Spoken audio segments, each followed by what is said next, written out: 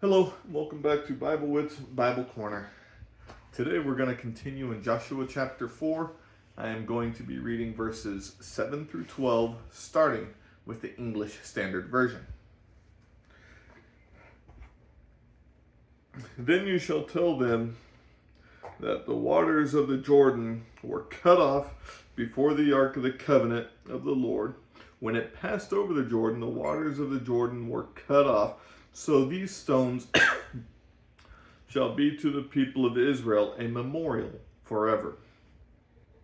And the people of Israel did just as Joshua commanded, and took up 12 stones out of the midst of the Jordan, according to the number of the tribes of the people of Israel, just as the Lord told Joshua. And they carried them over with them to the place where they lodged, and laid them down there. And Joshua set up 12 stones in the midst of the Jordan, in the place where the feet of the priests bearing the ark of the covenant had stood, and they are there to this day. For the priests bearing the ark stood in the midst of the Jordan until everything was finished that the Lord commanded Joshua to tell the people, according to all that Moses had commanded Joshua. The people passed over in haste. And when all the people had finished passing over, the ark of the Lord and the priests passed over before the people.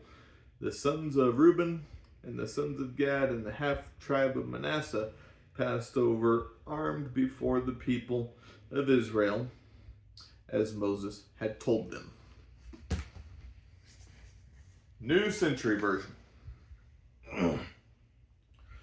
Tell them the waters stopped flowing in the Jordan when the ark of the agreement with the Lord crossed the river. These rocks will always remind the Israelites of this. So the Israelites obeyed Joshua and carried 12 rocks from the middle of the Jordan, one rock for each of the 12 tribes of Israel, just as the Lord had commanded Joshua. They carried the rocks with them and put them down where they made their camp.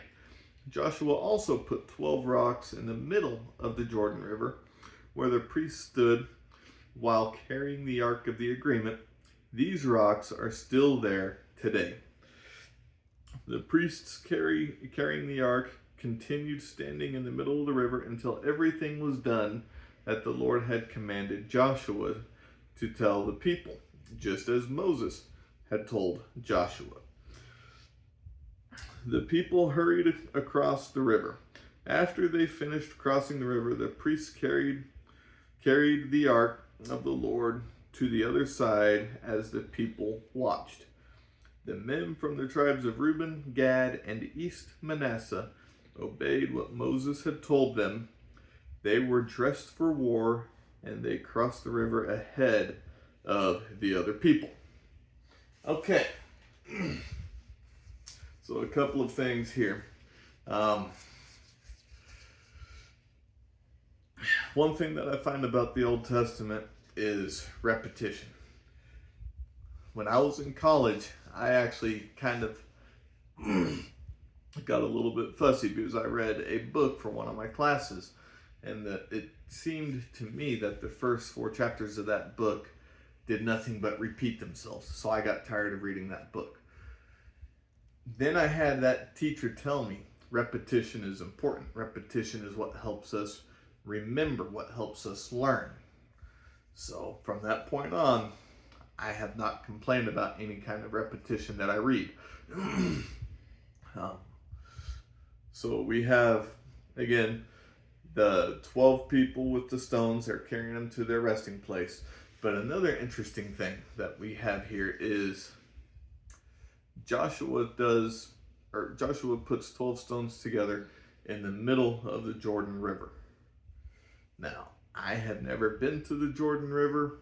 I don't know how fast of an undercurrent it has, but if those 12 stones are still there to this day, that tells me that that is God making sure those stones don't move.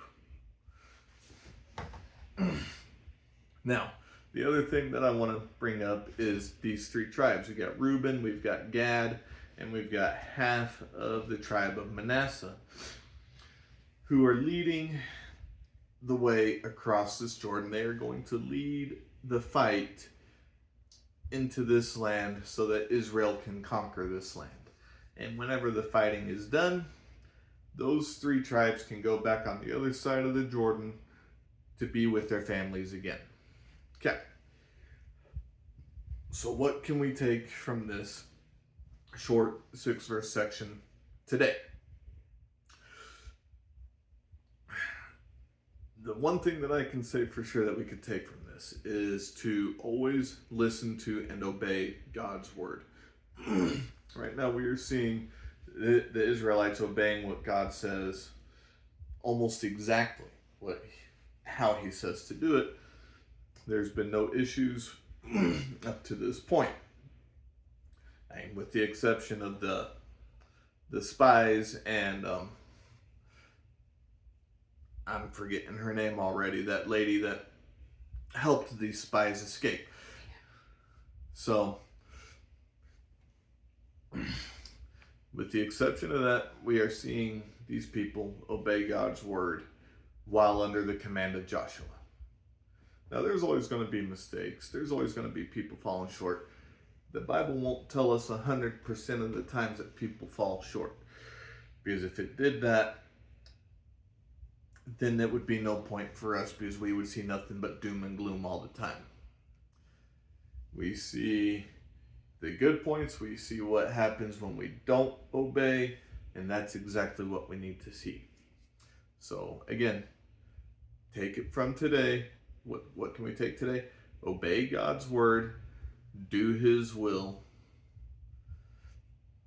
It's not all going to be a bed of roses. It's going to be a rough, tight, windy mountain trail with a bunch of rocks and tree roots sticking out to trip us up. But we still have to obey God's word. I hope you find encouragement in this, and I hope you have a wonderful, God-centered day. Bye.